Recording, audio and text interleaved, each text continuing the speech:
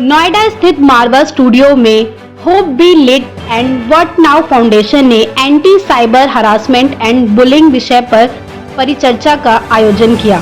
द्वीप प्रज्वलन और गणेश वंदना के साथ कार्यक्रम की शुरुआत की गई। कार्यक्रम में doctor Sandeep Marwah, president ICMEI and chancellor AAFT university of media and arts, Tripti Bhoir, अभिनेत्री, director and producer, Akshat Khetan, founder AU corporate legal advisor services private limited, Nivedita Shreyansh, co founder What Now Foundation, Niti Goyal, founder What Now Foundation, Rohini Haq, founder Hope Be Lit, समाज सेविका, mental health coach, Vivek Atre, IAS, retired and motivational speaker, Felicia Singh, national volunteer head Delhi मौजूद रहे।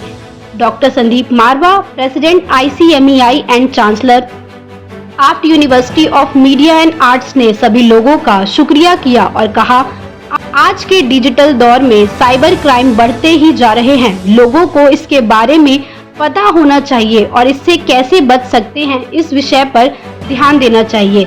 इससे डर के गलत कदम उठाने की जगह इसका हल निकालने की जरूरत है।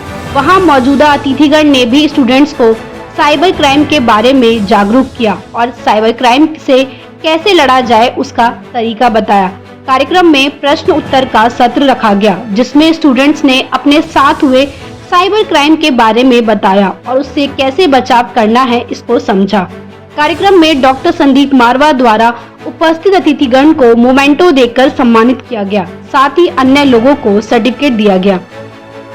जैसे जैसे डिस्कवरीज और इन्वेंशंस बढ़ती हैं, जहां हम लोगों को इन डिस्कवरीज और इन्वेंशंस की फैसिलिटीज मिलती हैं, कन्वीनियंसेस मिलती हैं, इनसे जो आराम मिलता है, उसी के साथ साथ ये कहीं ना कहीं हमारे ज़िंदगी के अंदर या सोशल लाइफ के अंदर कुछ ना कुछ ऐसी डिस्टर्बेंसेस भी पैदा करती है। शायद यही बहुत कुछ हुआ इंटरनेट के साथ, और फिर इंटरनेट के बाद जैसे जो सोशल ऐप्स आए उनके साथ, जहां हमें सुख और आराम की बातें नजर आनी शुरू हुई, वहीं हमारे को परेशानियां भी नजर आनी शुरू हुई।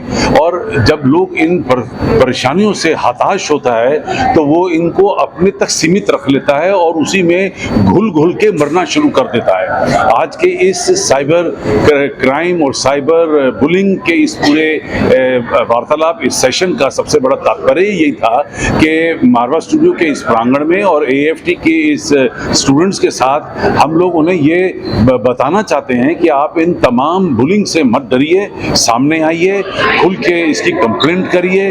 और क्योंकि बहुत सारे केस ऐसे आए हैं कि जहां पर ये बुलिंग उस मकाम तक पहुंच गई है जहां पर स्टूडेंट्स को आत्महत्या करने के लिए उसने मजबूर कर दिया है। तो हम नहीं चाहते, जिंदगी बहुत महत्वपूर्ण है, बहुत कीमती है, और हम चाहते हैं कि इन छोटी छोटी नादानियों से ऊपर उठकर आज का स्टूडेंट सामने आए और इन तमाम चीज़ों को हम लोग पकड़कर सही तरीके से बच्चों को रास्ता दिखा सकें। मेरी फैमिली में काफ़ी एक्सपीरियंसेस हुए। मेरे फादर इन लॉ एक बार एक साइट खोल के बैठ गए।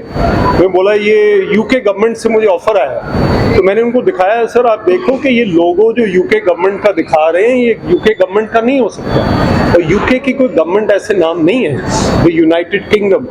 तो इसलिए बड़ा केयरफुल होना जरूरी है। Cyber bullying, cyber harassment, cyber security, these are all issues to discuss. और अब मैं डायरेक्टर IT रहा हूं और मैं मोटिवेशनल स्पीकर हूं, तो मैं इन दोनों को कंबाइन करके हाईलाइट करना चाहता हूं कि हम केयरफुल रहें, प्रूडेंट रहें, ओवरडू ना करें कुछ भी। और जैसे हम अपना फिजिकल लाइफ में ध्यान रखते हैं, अपना फिजिकली ध्यान रखते हैं, उसी तरह हम साइबर वर्ल्ड में भी ध्यान रखते हैं। ये जरूर heard about AI and everything else. I actually create AI for my team. Sorry. अब क्वेश्चन आपने पूछा तो I actually create AI. Like I said, I'm a network engineer, so I understand the back end of things. And आजकल जो हो रहा है, जैसे फिलिशिया ने हमारी यूथ कोऑर्डिनेटर ने शेयर किया, AI has become very real. जहाँ आप नहीं हो वहाँ पर भी आप हो, और कुछ लोगों के लिए वो फायदेमंद है और कुछ लोगों के लिए वो बहुत ही नुकसान, it can really harm you. इसके खिलाफ जो इन्होंने सेल बनाया है, what it does is internet is not forever, like they said. That's a little bit off. Internet actually can be brought down as quickly as it goes up. तो वो जो strength है वो यूथ को पता होनी चाहिए, because as fast as you can put something up, you can also pull it down, and there are IPs and protocols that you can follow for that. So that's good for people to know and follow that helpline number, reach out to people who can actually bring it down and help you. So I'm Dr. Nivedita Shreyans. Hello all of you. I'm the Director, PR and Associate Professor for Pillai Group of Institution, Mumbai, and I'm the co-founder for What Now Initiative. और बस ये initiative है national level का, pan India हम लोग ये activity कर रहे हैं. We have launch a helpline जिससे बच्चे यूथ हमसे जुड़ सकते हैं. कोई भी बच्चा या कोई भी यूथ या anybody middle age senior age person, कोई भी लोग अगर साइबर बुलिंग या साइबर हैरेसमेंट के शिकार है तो हमने उन सब लोग को प्रोटेक्ट करने के लिए एक हेल्पलाइन लॉन्च की है. जिस हेल्पलाइन पे वो फ़ोन करके वो अपनी समस्या हमको बता सकते हैं. हम उनके लिए टोटली फ्री ऑफ कॉस्ट, बिना कोई चार्जेस के, हमारी ये सोशल इनिशिएटिव है. हम उस विक्टिम को हेल्प करेंगे बाय फाइलिंग एन FIR. हमारे पास ट्रेन साइकोलॉजिकल काउंसलर्स है, साइकोलॉजिस्ट है. We have got a legal firm on board जो विक्टिम को हम totally free of cost help करेंगे ताकि वो FIR लॉन्च कर सके. हम उनको पुलिस साइबर क्राइम डिपार्टमेंट में कनेक्ट करके दे सकते हैं. हम उनको साइकोलॉजिकल वे में उनको काम डाउन कैसे करना है. फॉर एग्जांपल विक्टिम जब आपके पास आता है तो काफ़ी डरा हुआ रहता है. किस बात का डर होता है कि उनकी कोई ना कोई फ़ोटो वायरल होने लगती है, nude photograph, half nude photograph. उनको ब्लैकमेल किया जाता है, उनको धमकी दी जाती है कि आपकी फ़ोटो हम वायरल करने वाले, या तो आप हमें इतना पैसा दो वरना अभी 5 मिनट में आपकी ये फ़ोटो में रिलीज़ कर रहा हूँ. ये बहुत मेजर इशू है. अभी एक नया फ्रॉड शुरू हुआ है. आपको कोई फाइनेंशियल इंस्टीट्यूशन से कॉल आएगा एंड बोलेंगे कि आपको ये लोन लेना है, लोन की फीस 5,000 रुपया है, 3,000 रुपया है.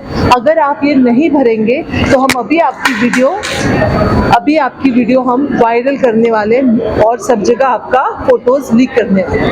तो व्हाट नाउ एक ऐसा फोरम है which is against youth voice against cyber harassment, cyber bullying. आज हमने जो यहाँ पे पैनल डिस्कशन किया है मारवा यूनिवर्सिटी में, वो एक एजुकेटिव, एक प्रिवेंटिव था.